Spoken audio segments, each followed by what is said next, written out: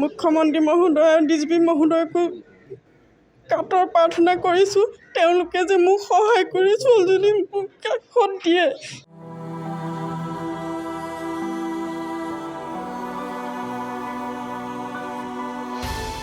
মোৰ ছোৱালীজনী তাইৰ নাম ৰেখাশ্ৰী পাটোৱাৰী। এই 5 দিন ধৰি ঘৰত নাই। আৰক্ষীয়ে যিজনে অপহৰণ কৰি নিছিলে তেওঁক কালি আৰক্ষীয়ে গ্ৰেপ্তাৰ কৰিছে আৰু মই আৰক্ষী বিষয়াৰ পৰা জানিব পাৰিছোঁ যে তেওঁ স্বীকাৰ কৰিছে। তেওঁ স্বীকাৰ কৰাৰ পিছতো আৰক্ষী বিষয়াই তেওঁক লগত লৈ ছোৱালীজনী ক'ত আছে মোক উদ্ধাৰ কৰি মোৰ কাষলৈ আনি দিয়ে যেন। মোৰ কাষত ছোৱালীজনী দিয়ক আৰু মই মুখ্যমন্ত্ৰী মহোদয় আৰু ডিজিপি মহোদয়কো কাতৰ প্ৰাৰ্থনা কৰিছোঁ, তেওঁলোকে যে মোক সহায় কৰি ছোৱালীজনী মোক কাষত দিয়ে। আৰু মই তেওঁৰ দেউতাকক কৈছোঁ, তেওঁৰ দেউতাক এজন ইমান উচ্চ পদত থকা মানুহ, যদি তেওঁলোকে ক'ৰবাত লুকুৱাই ৰাখিছে মোৰ ছোৱালীজনী মোক ওচৰত দিয়ক, কাৰণ তেওঁৰ এটা দায়িত্বও আছে। তেওঁ ইমান জনা শুনা মানুহে সেইটো কাম কৰিব নালাগে। যদি পুতেকে ভুল কৰিছে ছোৱালী লৈ আনি মোক সমজাই দিয়ক যে মই দেউতাকলৈ সেইটো কাতৰ অনুৰোধ কৰিছোঁ। মুখ্যমন্ত্ৰী মহোদয়কো অনুৰোধ কৰিছোঁ যাতে ছাৰে এইটো বিষয়ত তদন্ত কৰি মোক সোনকালে ন্যায় দিয়ে।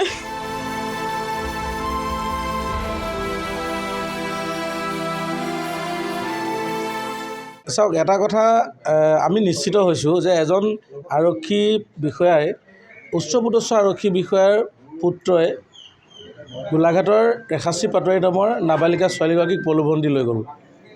এই কথা আৰক্ষী বিষয়াগৰাকীৰ পুত্ৰই স্বীকাৰ কৰিছে থানাত আহি যে তেওঁ ছোৱালীজনীক লৈ যোৱাটো সত্য।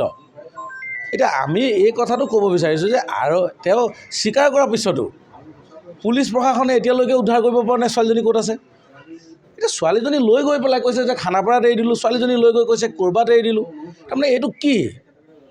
অসমত আইন শৃংখলা নাই নেকি যে ছোৱালী এজনী নাবালিকা এগৰাকীক এজন উচ্চপদস্থ আৰক্ষী বিষয়াৰ পুত্ৰই যধে মধে যেতিয়াই যেনেকৈ মন যায় প্ৰলোভন দি লৈ যাব আৰু আৰক্ষী বিষয়া হোৱাৰ সুবাদতেই আহি পেলাই আকৌ থানাত হাজিৰ হৈ দিব, থানাত হাজিৰ হৈ থানাৰ ভিতৰত বিহু খাই থাকিব আৰু আমাৰ ছোৱালী এজনী নাবালিকা এজনী ক'ত আছে বিচাৰি মাক দেউতাকে পৰিয়ালৰ মানুহে হাহাকাৰ কৰি থাকিব।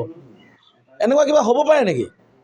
যে তেওঁ যিহেতু মানি লৈছে এই কথাটো আৰু তেওঁ লৈ যোৱাটো যিহেতু সকলোৱে জানে, তাৰপিছতো পুলিচে কি কাৰণে ছোৱালীজনী উদ্ধাৰ কৰিব পৰা নাই এই মুহূৰ্তলৈকে আমি এইটো কথা গম পোৱা নাই। আৰু আমি নিশ্চিত হৈছোঁ যে দেউতাকৰ প্ৰৰোচনাতেই ছোৱালীজনী ইয়াৰ পৰা অপহৰণ কৰিছে। দেউতাক এজন আৰক্ষী উচ্চপদস্থ বিষয়া হোৱাৰ কাৰণে পুতেকৰ প্ৰেমত সন্মতি জনাইছে আৰু ছোৱালীজনী ইয়াৰ পৰা নি কৌশলগতভাৱে ল'ৰাজনক আকৌ গোলাঘাট সদৰ থানাত হাজিৰ কৰাই দিছে। হাজিৰ কৰাৰ পিছত এতিয়া আজি কোৰ্টত হাজিৰ কৰি ধুনীয়াকৈ তেওঁ কাষ্টডিত থাকিব পুলিচৰ লগত, তাৰমানে সুৰক্ষিতভাৱে ল'ৰাজন থাকিব।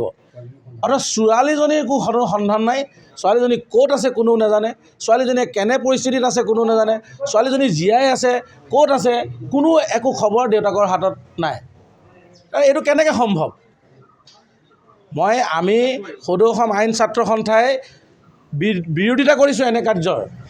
আমি আইন ছাত্ৰ সন্থাই এই কাৰ্যৰ বিৰোধিতা কৰিছোঁ আৰু আমি ক'ব বিচাৰিছোঁ যে এই গোটেই বিষয়টো দেউতাকৰ তত্বাৱধানত চলি আছে।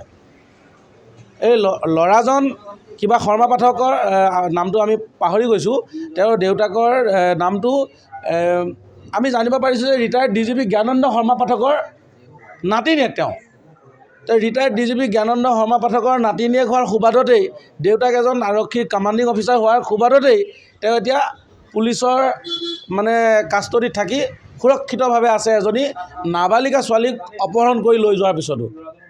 অসমৰ মাননীয় মুখ্যমন্ত্ৰী ডাঙৰীয়া, অসমৰ ডিজিপি ডাঙৰীয়াক আমি আহ্বান জনাইছোঁ, 24 ঘণ্টাৰ ভিতৰত ছোৱালীজনীক মাক দেউতাকক গতাই দিয়ক।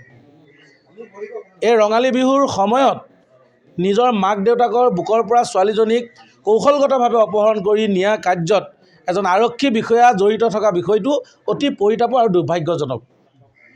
কাৰণ দেউতাক এজন আৰক্ষী বিষয়া হৈ তেওঁতো ভালদৰে গম পায় ছোৱালীজনী ক'ত আছে, তেওঁ মাক দেউতাক পৰিয়ালৰ সকলোৱে জানে।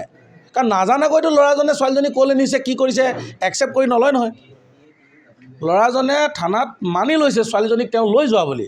তাৰ পিছতো পুলিচে উদ্ধাৰ কৰিব নোৱাৰাটো কাৰণটো কি?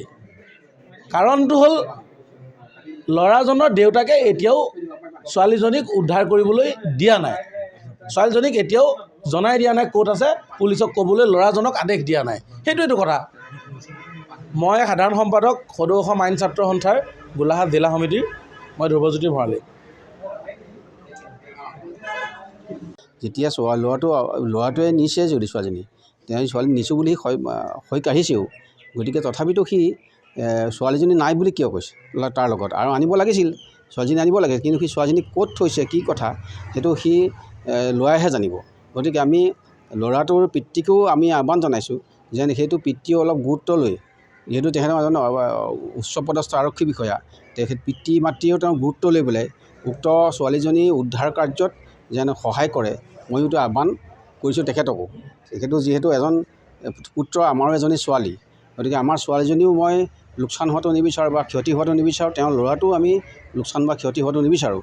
কিন্তু এইটো যে তেখেত তেওঁৰ পিতৃ মাতৃ হিচাপে তেওঁ এইটো গুৰুত্ব লৈ পেলাই যেন ছোৱালীজনী উদ্ধাৰ আমাক সমজাই দিয়াত যেন দায়িত্ব লয়, আমি এই আহ্বান জনাইছোঁ বা কামনা কৰিছোঁ। আৰু গোলাঘাট আৰক্ষী প্ৰশাসনসকলেও যথেষ্ট সহযোগ কৰিছে আমাৰ লগত, আৰু এতিয়ালৈকে তেওঁলোকে সহযোগ কৰিছে, আমাৰ লগত যোগাযোগো কৰিছে আৰু চেষ্টাও কৰি আছে।